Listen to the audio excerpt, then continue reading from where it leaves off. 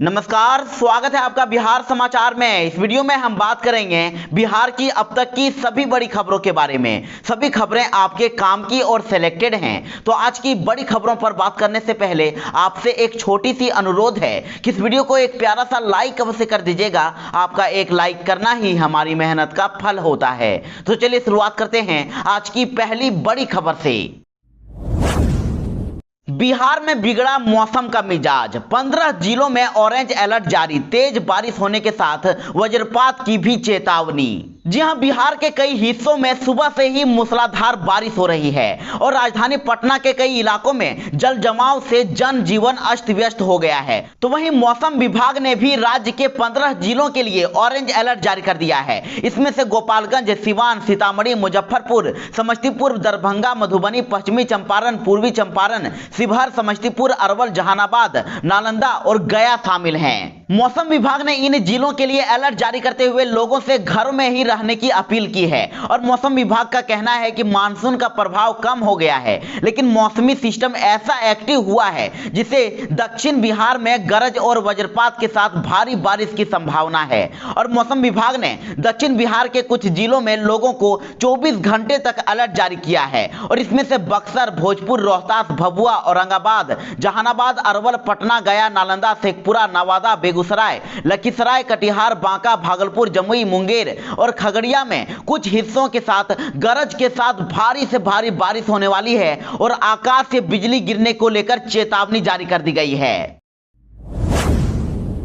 बिहार में बाढ़ का कहर, मौसम विभाग ने जारी किया 72 घंटे का अलर्ट, 9000 लोग सुरक्षित स्थानों पर भेजे गए। जी हां, लगातार हो रही भारी बारिश से उत्तरी और दक्षिणी बिहार में स्थिति असामान्य होती जा रही है और कई जिले बाढ़ की चपेट में आ गए हैं। बाढ़ में फंसे 9000 लोगों को जिला प्रशासन और एनडीआरएफ और एसडीआरएफ की मदद से सुरक्षित स्थानों पर पहुंचाया गया है और इसी बीच मौसम विभाग ने राज्य में 72 घंटे का अलर्ट जारी कर दिया है। तो वहीं मौसम विभाग और आपदा विभाग ने लोगों को सतर्कता बरतने की सलाह दी है और खुले स्थानों या फिर पेड़ के नीचे बिल्कुल नहीं रहने को कहा गया है, क्योंकि बारिश के साथ भारी वज्रपात होने की संभावना है। तो वहीं राज्य के कई जिले बाढ़ की चपेट में आने से जनजीवन अस्त व्यस्त हो गया है और बिहार में लगातार 24 घंटे की बारिश से सभी नदियों के जलस्तर में वृद्धि हुई है। हालांकि गंडक और बूढ़ी गंडक को छोड़कर सभी नदियां अभी लाल निशान से नीचे है और इसके अलावा सभी स्थानीय नदियों के जलस्तर में भी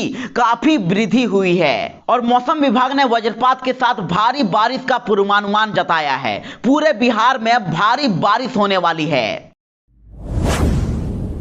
एनडीए ने प्रत्याशियों के लिए जारी की गाइडलाइन, कहा कि पंचायत चुनाव लड़ना है तो पहले लगवाएं कोरोना टीका। जी हां, बिहार में कोरोना वायरस की दूसरी लहर का प्रकोप कमजोर हो गया है और ऐसे में राज्य निर्वाचन आयोग ने पंचायत चुनाव की तैयारी शुरू कर दी है। तो वहीं राजनीतिक पार्टियों ने भी अपने अपने तरीके से तैयारी शुरू कर दी है और इसी बीच शनिवार को बिहार बीजेपी की ओर से एक ट्वीट किया गया है जिसमें बताया गया है कि बिहार में अब पंचायत चुनाव लड़ने के लिए प्रत्याशियों को कोरोना टीका लेना अनिवार्य होगा। एनडीए सरकार ने गाँव में टीकाकरण के प्रति जागरूकता लाने के लिए ये अहम फैसला लिया है। आपको बता दें कि बिहार में त्रिस्तरीय ग्राम पंचायत और ग्राम कचहरी का चुनाव लड़ने के लिए कोरोना का टीका लेना अनिवार्य होगा। बिहार सरकार ने ले लिया बड़ा फैसला, अब एसटीईटी पास सभी अभ्यर्थियों को मिलेगी नौकरी, आगे की बहाली प्रक्रिया में होंगे शामिल। जी हां, एसटीईटी परीक्षा में सफल हुए सभी अभ्यर्थियों के लिए एक बड़ी खुशखबरी है। बिहार सरकार ने एक बड़ा फैसला लिया है। सरकार ने कहा है कि एसटीईटी उत्तीर्ण सभी कैंडिडेट्स को नौकरी दी जाएगी और शिक्षा विभाग की ओर से शनिवार को जारी आदेश के मुताबिक एसटीईटी क्वालिफाइड कैंडिडेट्स को माध्यमिक एवं उच्च माध्यमिक शिक्षकों के 7वें और आगे की नियुक्ति के चरण में शामिल होने का मौका दिया जाएगा। और इसके साथ ही शिक्षा विभाग ने आदेश जारी करके बताया है कि 22 जून को गठित कमेटी की अनुशंसा के विभिन्न तथ्यों पर विचार किया गया है और कमेटी ने शिक्षक पात्रता परीक्षा प्रमाण पत्र की वैधता को लाइफ टाइम करने की सिफारिश की थी और अब इसको लेकर सरकार ने टीईटी के अनुमान्यता को मई 2012 के प्रभाव से लाइफ टाइम के लिए कर दिया है। बिहार में पीएम आवास योजना के 6 लाख लाभुकों पर होगी कार्रवाई, भेजा जा रहा है नोटिस। जी हां, बड़ी खबर है कि प्रधानमंत्री आवास योजना के अंतर्गत बनने वाले मकानों पर अब सरकार की निगरानी तेज हो गई है और योजना का पैसा लेकर मकान का काम पूरा नहीं करने वाले लाभुक अब बिहार सरकार के निशाने पर हैं और ऐसे लाभुकों को अब नोटिस भेजा जा रहा है जिन्होंने सरकार से पैसे लेकर भी मकान का काम अभी तक पूरा नहीं किया है। और अगर नोटिस भेजने के बाद भी मकान निर्माण का कार्य पूरा नहीं किया जाएगा तो ऐसे लाभुकों के ऊपर अब सरकार कार्रवाई भी करेगी। आपको बता दें कि जिन लाभुकों को नोटिस भेजा जा रहा है वे ऐसे लोग हैं जो सरकार से पहली या फिर दूसरी किश्त तक ले चुके हैं लेकिन मकान का निर्माण कार्य अभी तक अधूरे छोड़ चुके हैं।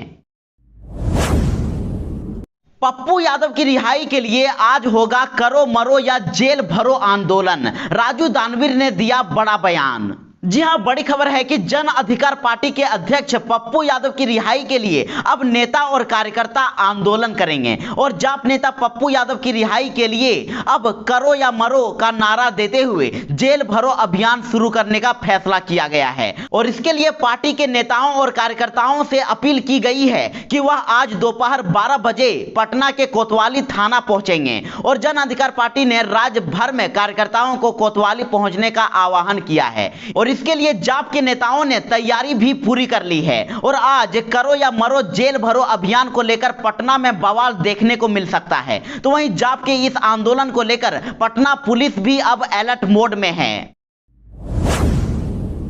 बिहार के ग्रामीण इलाकों में बनाए जाएंगे 500 नए बस पड़ाव, डीएम को जगह तय करने का मिला जिम्मा। जी हां, राज्य भर के ग्रामीण इलाकों में परिवहन सेवा सुखद हो सके और गांव-गांव तक बसों की सेवा लोगों तक पहुंचे, इसके लिए परिवहन विभाग ने इस वित्तीय वर्ष में 500 स्थानों पर बस पड़ाव बनाने का निर्णय लिया है। तो वहीं राज्य सरकार के निर्देश पर अभी सभी पंचायतों में बस पड़ाव बनाने की योजना के तहत 1000 जगहों पर काम चल रहा है और जिनमें से 371 बस पड़ाव बनकर तैयार हो गए हैं और अगले 2 सालों में राज्य के सभी पंचायतों में बस पड़ाव का निर्माण कर लिया जाएगा। 30 अगस्त से प्रारंभ होगी पंचायत चुनाव की प्रक्रिया, पहली बार होगा ईवीएम का प्रयोग। जी हां, राज्य चुनाव आयोग द्वारा वीसी के माध्यम से पंचायत चुनाव की तैयारियों को लेकर बैठक की गई है और बैठक में जिलाधिकारी शीर्षत कपिल अशोक के साथ जिला पंचायती राज अधिकारी, उप निर्वाचन पदाधिकारी एवं अन्य पदाधिकारियों ने भी भाग लिया। तो वहीं राज्य चुनाव आयोग के सचिव द्वारा बताया गया कि ईवीएम के माध्यम से पंचायत चुनाव होगा। उन्होंने कहा कि पंचायत चुनाव की प्रक्रिया 30 अगस्त से शुरू होगी जो सितंबर तक चलेगी और कहा गया कि 10 फेज में चुनाव कराया जाएगा और यह पहली बार है जब पंचायत चुनाव ईवीएम के द्वारा कराया जाएगा। बिहार में नहीं थम रहे हैं ब्लैक फंगस के मामले, पटना में एक और मरीज की हुई मौत। जी हां, एनएमसीएच में ब्लैक फंगस के 2 नए मरीज भर्ती किए गए हैं और अब अस्पताल में ब्लैक फंगस के 7 मरीजों का इलाज चल रहा है। अधीक्षक डॉक्टर विनोद कुमार सिंह ने ब्लैक फंगस के मरीजों को इलाज के दौरान दिया जाने वाला एम्फोटेरिसिन बी इंजेक्शन उपलब्ध कराने के लिए विभाग को पत्र भी दिया है। तो वहीं नालंदा मेडिकल कॉलेज अस्पताल में कोरोना संक्रमित एक और मरीज नालंदा के नूरनगर निवासी 60 वर्षीय त्रिभुवन महतो की मौत हो गई है। सुशील मोदी ने चिराग पासवान पर बोला हमला, कहा कि विधानसभा चुनाव में साजिश रचकर हमारे वोट को बांटा। जी हां, बीजेपी पर सवाल खड़े कर रहे लोक जनशक्ति पार्टी के अध्यक्ष चिराग पासवान पर अब भाजपा नेताओं का भी जवाबी हमला शुरू हो गया है और इसी के बीच भाजपा नेता और पूर्व डिप्टी सीएम सुशील कुमार मोदी ने लोजपा अध्यक्ष चिराग पासवान पर जवाबी हमला बोला है। सुशील मोदी ने कहा कि 2020 के विधानसभा चुनाव में भ्रम फैलाकर एनडीए के वोटरों को बांटने की साजिश रची गई, वरना नीतीश कुमार के नेतृत्व वाले गठबंधन को 160 से भी ज्यादा सीटें आती। दरअसल आपको बता दें कि सुशील कुमार मोदी ट्विटर पर तेजस्वी यादव के उस दावे का जवाब देने उतरे हैं जिसमें बिहार सरकार के 2-3 महीने में ही गिर जाने की भविष्यवाणी की गई थी और इसी को लेकर अब सुशील कुमार मोदी ने कहा है कि तेजस्वी प्रसाद यादव सत्ता पाने की बेचैनी में सरकार गिरने को लेकर मुंगेरी लाल की तरह हसीन सपने देख रहे हैं। सुशील मोदी ने कहा कि बिहार की जनता ने नीतीश कुमार के नेतृत्व में एनडीए को जनादेश दिया, इसलिए यह सरकार न्याय के साथ विकास का मंत्र लेकर अपना 5 साल का कार्यकाल पूरा करेगी। पटना सहित 5 जिलों में वज्रपात से 7 लोगों की मौत, 4-4 लाख रुपए मुआवजे का हुआ ऐलान। जी हां, बिहार में बीते 2 दिनों में वज्रपात के कारण 7 लोगों की मौत हुई है और ये सभी मौतें पटना सहित 5 जिलों में हुई है और इन लोगों को अब आपदा प्रबंधन विभाग प्रावधान के तहत मुआवजा देगा। हर मृतक के परिजनों को 4-4 लाख रुपए मिलेंगे और विभाग ने इसकी प्रक्रिया भी शुरू कर दी है। आपदा प्रबंधन विभाग से मिली जानकारी के अनुसार वज्रपात से मौत की सूचना 5 जिलों से मिली है। पटना में एक व्यक्ति की मौत वज्रपात से हुई है और मुजफ्फरपुर और शेखपुरा जिले में 2 लोगों की मौत वज्रपात से हुई है और इसके अलावा लखीसराय और सीतामढ़ी में भी एक व्यक्ति की मौत हुई है। तो विभाग ने सभी मृतकों के परिजनों को अनुग्रह अनुदान देने की प्रक्रिया शुरू कर दी है और प्रावधान के अनुसार सभी परिवारों को 4-4 लाख रुपए मिलेंगे।